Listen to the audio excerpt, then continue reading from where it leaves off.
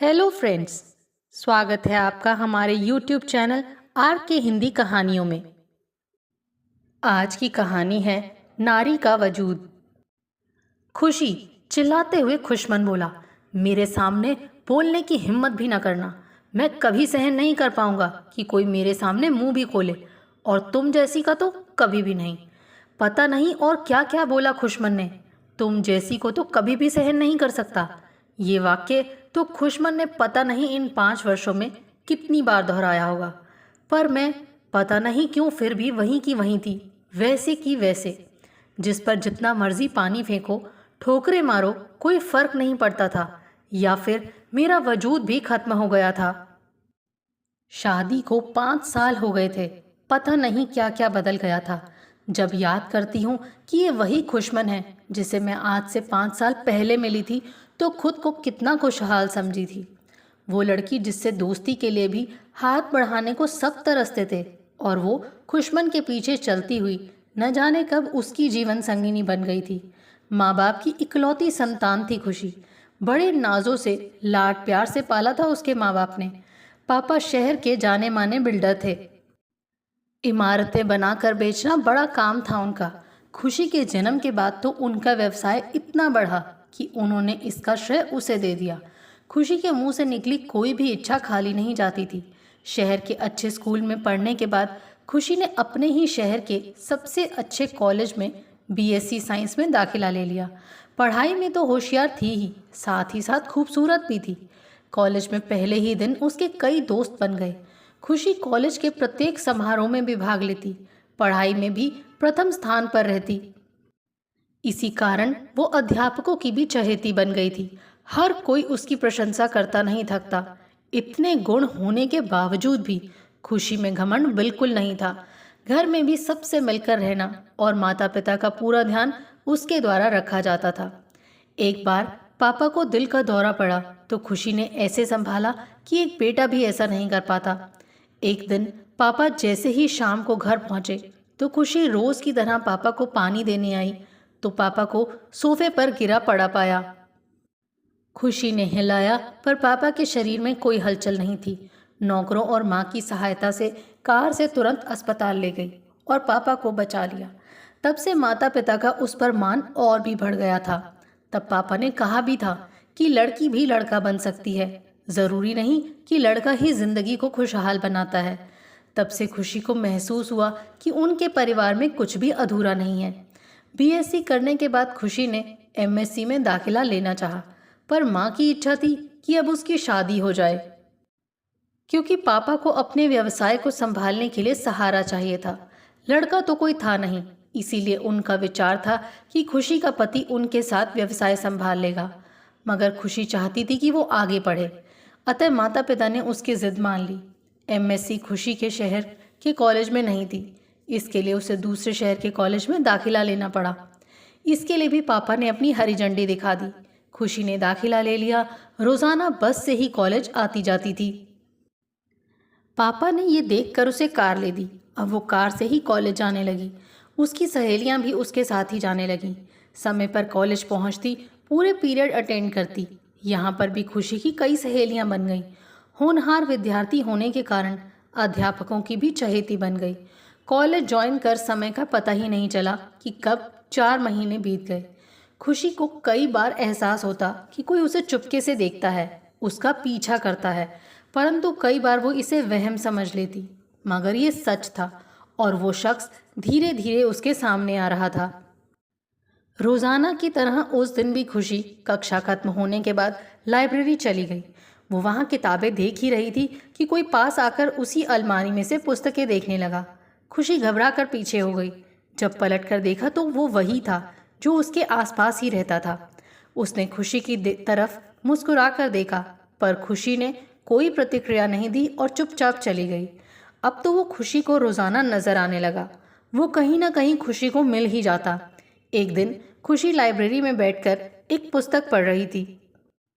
उसकी एक ही copy library में थी, जिस कारण उसे इश्यू नहीं किया गया था। तभी अचानक वो वहीं खुशी के पास आकर बैठ गया और फिर कहने लगा, इस पुस्तक को तो मैं कब से ढूंढ रहा था और ये आपके पास है। खुशी घबरा गई। अरे घबराए नहीं, मैं आपकी ही तरह इसी विद्यालय का छात्र हूँ। खुशमन नाम है मेरा। और आपका? खुशी। मेरा नाम खुशी है, कहकर खुशी बाहर आ गई। खुशमन भी साथ ही बाहर आ गया और फिर चला गया। अब रोज मिलते हाय हेलो हो ही जाती। धीरे धीरे कॉलेज की कैंटीन में समय बिताना शुरू किया। खुशमन ने अपने परिवार के बारे में काफ़ी बातें बतानी शुरू कर दी। काफ़ी होशियार था वो पढ़ने में। कॉलेज का जाना माना छात्र था। उसके माता पिता थे नहीं। एक भाई था जो पिता का व्यवसाय संभालता था। पैसे की कमी नहीं थी।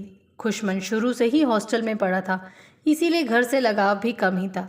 शहर में घर होने पर भी हॉस्टल में ही रहता था। भाई ने शादी कर ली थी, परंतु खुशमन अभी पढ़ना चाहता था। इंजीनियरिंग का बड़ा ही होशियार छात्र था। उसे कई कंपनियों से नौकरी के ऑफर आए थे। बड़ी बड़ी कंपनियां उसे लेने के लिए खड़ी थी। खुशी का अब काफ़ी समय उसके साथ बीतने लगा। पता ही नहीं चला कि कब एक साल बीत गया और कब उनकी दोस्ती प्यार में बदल गई।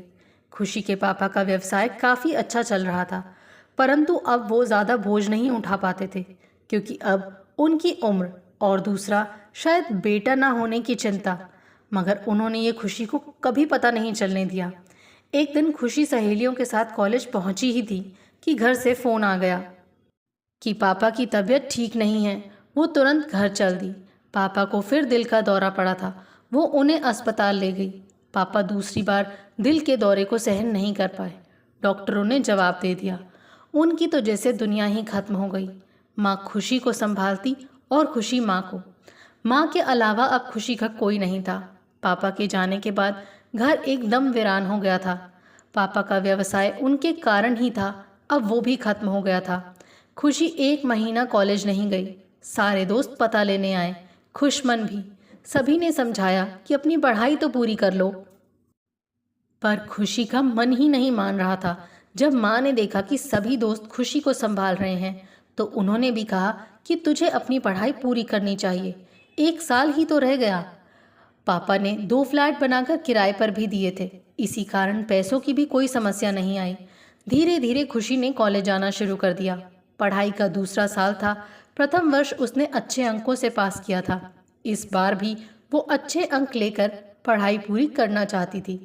खुशमन की तो पढ़ाई शायद खत्म ही थी।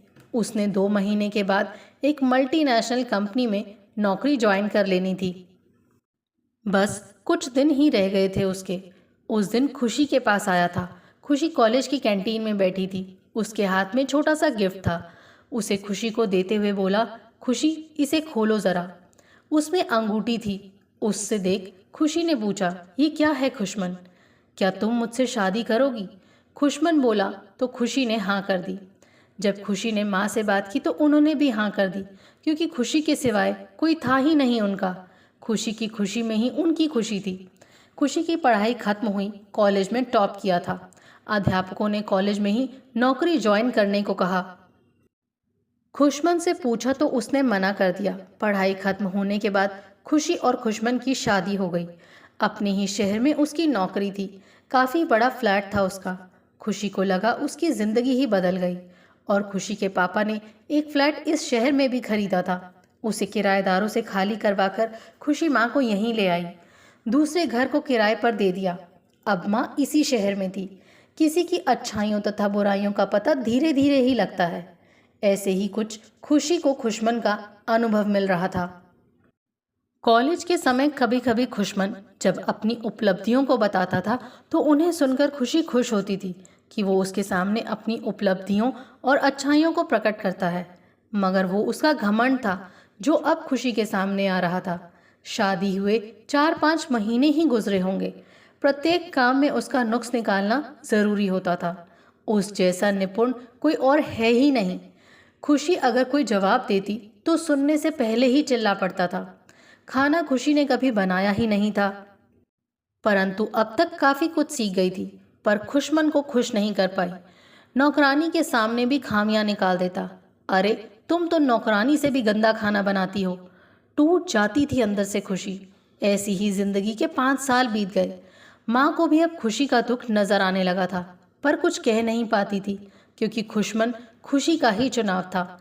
इधर खुशमन का व्यवहार, उधर माँ की चिंता। माँ बहुत अकेली पड़ गई थी।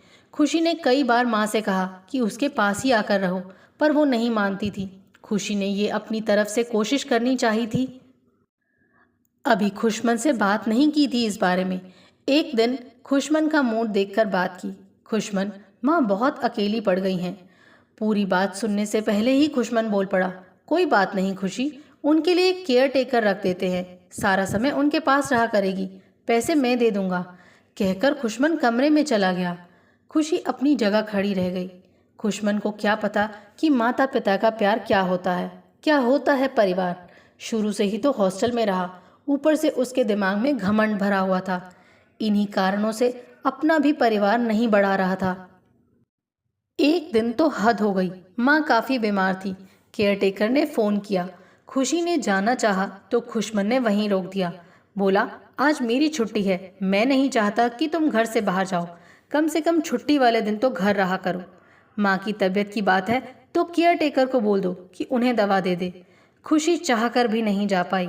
माँ की तबीयत काफ़ी बिगड़ रही थी, कुछ खा पी भी नहीं रही थी। खुशी ने साहस करके खुशमन से बात की। माँ की तबीयत बहुत खराब है, उन्हें मेरी ज़रूरत है, तो क्या मैं माँ को यहाँ ले आऊँ? खुशमन चिल्लाकर बोला, क्यों? क्या मैंने तुम्हारे खानदान का ठेका ले रखा है? तुम्हें पाल रहा हूँ, क्या यही कम है जो तुम्हारी माँ को भी उठा लाऊं? तुमसे भी मैंने शादी इसीलिए की थी कि समाज में रहने के लिए एक सुंदर पत्नी चाहिए थी और घर को संभालने के लिए एक औरत, ना कि तुम्हारी खूबियां देखकर। वैसे भी खूबी तो कोई है नहीं तुम में जिसका मैं वर्णन कर सकूं। और फिर तुम्हारी माँ के अब दिन ही कितने रह गए हैं, केयरटेकर है, संभाल लेगी उसे, कहकर खुशमन चला गया। सारा दिन खुशी यही सोचती रही कि क्या उसका कोई वजूद नहीं। सिर्फ उसकी शक्ल देखकर खुशमन ने इसीलिए शादी की थी कि उसकी एक सुंदर पत्नी है, ये समाज में दिखा सके। सारी रात खुशी इन गुजरे सालों के बारे में सोचती रही। खाना भी नहीं खाया और ना ही खुशमन ने पूछा।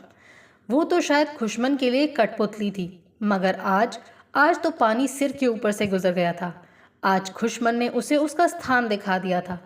पहले भी 2-3 बार वो बेइज्जत होकर माँ के पास गई थी, परंतु फिर खुशमन के कहने पर लौट आई थी। अब उसने लौट कर ना आने की सोची थी। खुशमन के जाने के बाद खुशी ने अपना सामान समेटा, चाबी नौकरानी को पकड़ाई और माँ के पास चली गई। आज उसकी उन्हें ज़रूरत थी, उस माँ को जिसने उसे इतना काबिल बनाया था कि वो अपनी ज़िंदगी खुद जी सके, ना कि खुद को अधूरा समझे। माँ ने देखा तो खुश होकर बोली, खुशमन छोड़ कर गया है। नहीं माँ, खुशी को आने के लिए किसी की मंजूरी या साथ की ज़रूरत थोड़ी होती है, वो कब आ जाए पता ही नहीं चलता। खुशी हंसते हुए बोली, ये क्या बोले जा रही है? माँ बोली, कुछ नहीं माँ, तुम्हें मेरी ज़रूरत थी तो मैं आ गई बस। खुशी ने माँ का काफ़ी ध्यान रखा। अब माँ पहले से काफ़ी ठीक हो गई थी, काफ़ी संभल भी गई थी। कितना खुशगर्ज था खुशमन, एक बार भी फ़ोन करके नहीं पूछा। माँ ने एक दिन खुशमन के बारे में पूछा तो खुशी ने सब सच बता दिया। ये भी कह दिया कि वो अब कभी वापस नहीं जाएगी। एक दिन सुबह नाश्ता करके बैठी ही थी कि खुशमन आ गया। बोला, क्या नज़ारे हैं महारानी के, एक तो बिना बताए निकलना और फिर कितने कितने दिनों तक घर ना लौटना। चलो घर लेने आया हूँ, बाहर कार में इंतज़ार कर रहा हूँ, सामान लेकर आ जाओ। एक ही सांस में सब बोल गया। माँ की तबीयत के बारे में कुछ नहीं पूछा। जैसे ही खुशमन बाहर जाने लगा, खुशी ज़ोर से बोली, ठहरिए खुशमन, आप क्या समझते हो, अब जब चाहोगे कुछ भी बोल दोगे, जब चाहोगे घर से निकाल दोगे, जब चाहोगे लेने आ जाओगे। क्या समझा है आपने मुझे? मैं ना कोई वस्तु हूँ और ना ही कोई कठपुतली। मैं एक नारी हूँ जिसका अपना वजूद होता है, वो अपना जीवन जी सकती है, वो कभी अधूरी नहीं होती, उसे तो अधूरा बनाया जाता है। क्या नहीं कर सकती वो? मैं बताती हूँ क्या कर सकती है वो। अपने माँ बाप को संभाल सकती है, कमा सकती है, घर संभाल सकती है। इसीलिए कभी अधूरा ना समझना मुझे। जिंदगी कभी अधूरी नहीं होती। खुशी भी कभी अधूरी नहीं थी, ना है और ना ही रहेगी। इसीलिए अब मैं आपके साथ नहीं जाना चाहती और आगे से खुशी के घर में कदम भी मत रखना। खुशमन हैरान हो गया था। उसने कुछ कहने के लिए मुंह खोला ही था कि खुशी ने दरवाज़ा बंद कर दिया। खुशमन बंद दरवाज़ा देखकर वहाँ से धीमे धीमे कदमों से चला गया। आपको हमारी ये कहानी कैसी लगी, प्लीज़ कमेंट करके ज़रूर बताइए। अगर आप इस चैनल पर नए हैं तो इसे सब्सक्राइब करें और शेयर करें। Thank you.